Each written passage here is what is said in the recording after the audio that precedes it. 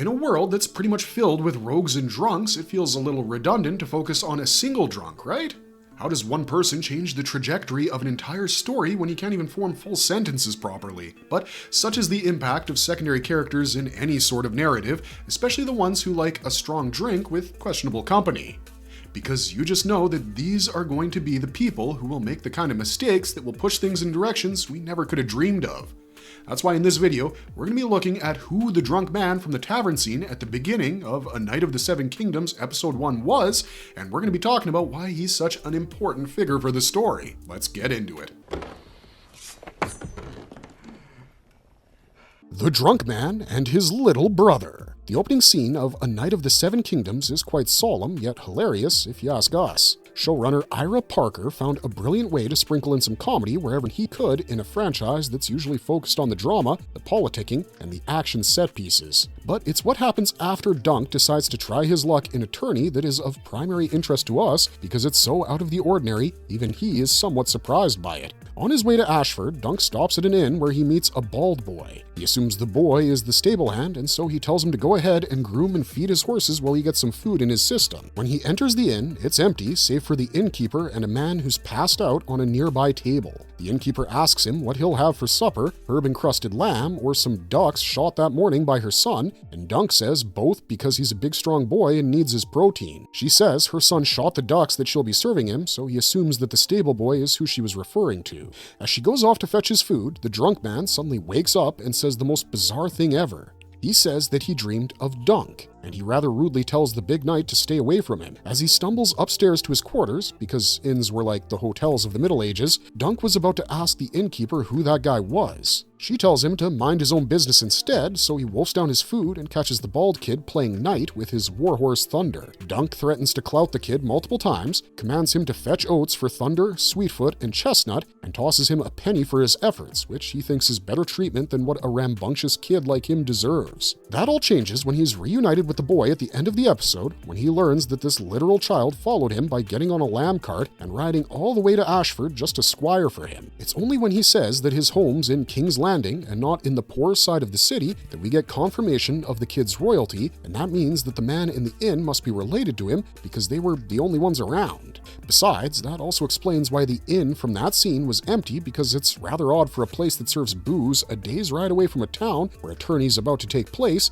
to be as empty as that inn was. So, considering all the facts we've just laid down for you, without referring to the books so far, by the way, it's safe to assume that the drunk man was Egg's elder brother. And if you take just a quick glance at the cast of A Night of the Seven Kingdoms, you'll realize that the actor is none other than Henry Ashton, and his character's name is Daeron. In some ways, that's a compliment because Henry's character is named after his grandfather, King Daeron II. It's during Daeron II's rule that the first season of A Night of the Seven Kingdoms is set, so from a pure naming standpoint, Egg's brother Daeron must be a great man as well, right? Well, if his drunken stumbling didn't give it away, Prince Daeron is anything but like the men after whom he's named. Because Daeron I brought Dorne to heel with the sword, Daeron II brought Dorne into the fold by marriage, and Daeron III would rather have Dornish red wine with a Dornish harlot than do either of those things. You'll learn more about him as the season progresses, but we're here to talk about why he's important, and the answer to that is actually quite simple. It's the fact that he had a dream about Dunk well before he even met him. Daeron the Drunk and Dragon Dreams. How he predicts Season 1's ending. Prophetic dreams have always plagued Targaryens from well before the time of Aegon the Conqueror.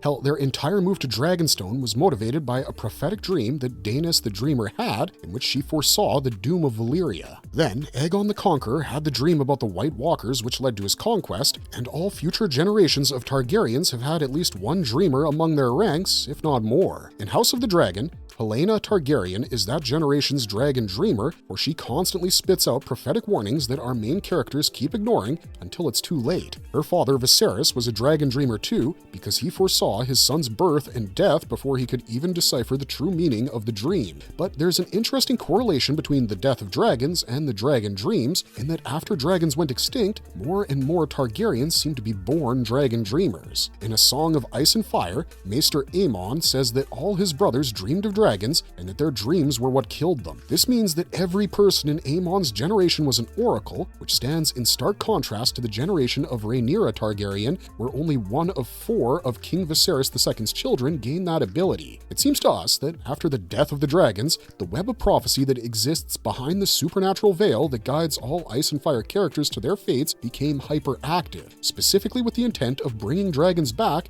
because several characters post-dance try and fail to hatch their dragon eggs.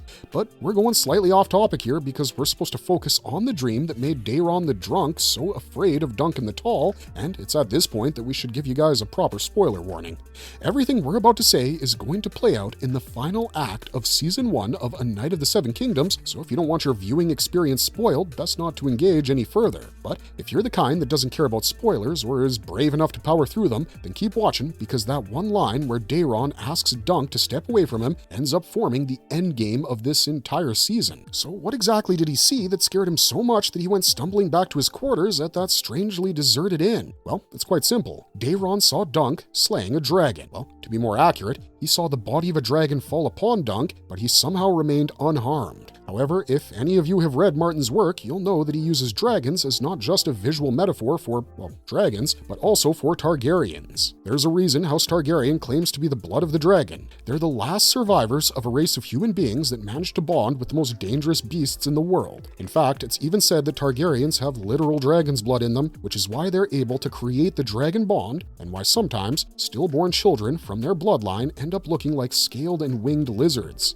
But in the context of this particular series, Daeron's reaction to Dunk's presence makes perfect sense. If he saw a dead dragon laying on top of the unscathed Dunk in his dream, and he's been having those dreams for a while, then it makes sense that he would be scared of the guy because at best he's a dragon slayer, and at worst he's going to kill someone from the royal family. Considering the fact the royal family is Daeron's family, his reaction feels completely natural, and his desire for solitude makes perfect sense. He's been born into an era where the Targaryens no longer understand their supernatural abilities to the extent that they did back in Aegon the Conqueror's day. If you had dreams that you couldn't explain, but they came true regardless, we're pretty sure you too would be so scared that you'd drink yourself blind just to escape them, which is exactly what Daeron was doing. He doesn't drink because he's an inveterate drunkard. He's become that way because he can't handle the prophetic warnings that come with his dreams. It's a well-known fact that prolonged dependence on any kind of intoxicating substance can screw up your sleep cycle and the unconscious mind so much that you eventually stop having dreams altogether. How can you dream when you're not even technically sleeping? All you're doing is passing out, and that doesn't exactly stimulate rapid eye movement during your sleep cycle, which is how our brains regulate dreams in the first place. As for who the dead dragon is that Dunk manages to survive, well, we don't want to get too spoilerific, but we will give you guys a nibble to bite on anyways. So, by this point, if you've seen the Weeks Ahead trailer, you know that Dunk is going to end up getting into a conflict with Prince Aerion Brightflame.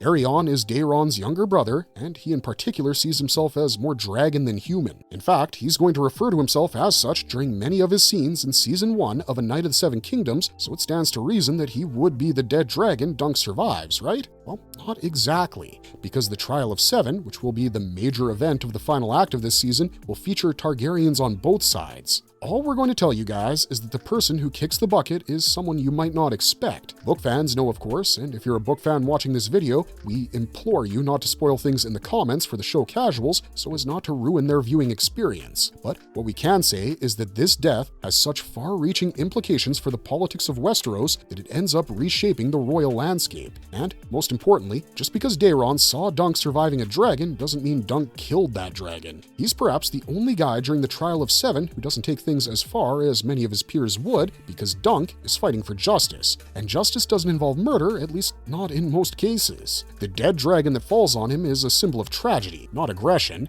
and this won't even be the first dragon dream where Dunk shows up unexpectedly. Still, we can confirm that Daeron's fear of and aversion to Dunk directly influences the ending of Season 1 because the death of a Targaryen prince merits that kind of importance. And now you know why that random drunk dude from the opening sequence of A Night of the Seven Kingdoms is important. important as well, so it's a win for everybody. No? With that, we've come to the end of this video, so as always, let us know what you think down in the comments section down below, minus the spoilers if you can avoid them. And we'll see you guys real soon with yet another video on Westeros. Until then, stay safe, and if a drunk guy points a finger at you and says he dreamed of you while stumbling away, consider taking him a bit more seriously than thinking about how much he's had to drink. You never know what kind of prophetic warnings he might have in store for you.